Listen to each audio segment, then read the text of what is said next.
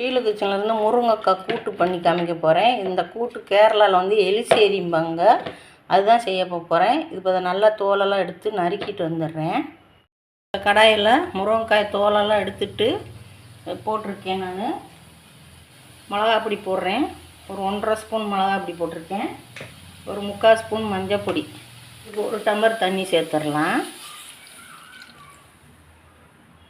தேவையான அளவு உப்பு போட்டுக்கிடுவோம். உப்பு போட்டுக்கேன். நல்லா வேகட்டும் காய். பாரமூடி தேங்காய் துரி எடுத்து வச்சுருக்கேன். இதில் நம்ம சீரகம் போட்டுக்கிறோம். 1 ஸ்பூன் சீரகம் போடுறேன். இது நல்லா அரைச்சி எடுத்துகிட்டு வந்துடுவோம். வலுவலுன்னு வெந்துருச்சோம் பார்ப்போம். வெந்துருச்சு காய். இப்போ இந்த ஸ்டேஜில் நம்ம வந்து அரைச்சி வச்ச தேங்காய் ஜீரகத்தை ஊற்றி விட்டுருவோம். மிக்ஸி ஜாரை கழுவி கொஞ்சமாக தண்ணி ஊற்றுவோம். கொஞ்சமாக தண்ணி சேர்த்துருக்கேன். இது நல்லா ஒரு கிண்டி விட்டுட்டு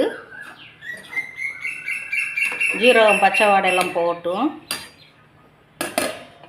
வேகட்டும். நல்லா இப்போ ஓப்பன் பண்ணி பார்த்துடலாம். பாருங்க, நல்லா மசாலாலாம் வெந்து தீர்ச்சி காய். இதுக்கு ஒரு தாளிப்பு நம்ம போட்டுடலாம். இப்போ தேங்காய் எண்ணெய் ஊற்றிருக்கேன். கடுகு, பட்டை வத்தா, கருவேப்பிலை போட்டு நல்லா பொரிஞ்ச உடனே தேங்காய் 2 ஸ்பூன் போட்டு நல்லா கோல்டன் கலராக பொரிஞ்சு வந்த உடனே நான் தாளிப்பை வந்து முருங்கைக்காய் எலிசேரியில் சேர்த்துட்டேன். இதேமாரி நீங்களும் முருங்கைக்காய் வந்து நல்லா ஃப்ரெஷ்ஷாக இருக்கிற முருங்கைக்காய் இந்த மாதிரி எலிசேரி வச்சிங்கன்னா ரொம்ப டேஸ்ட்டாக இருக்கும். இந்த கேரளா ரொம்ப ஃபேமஸ்ஸு.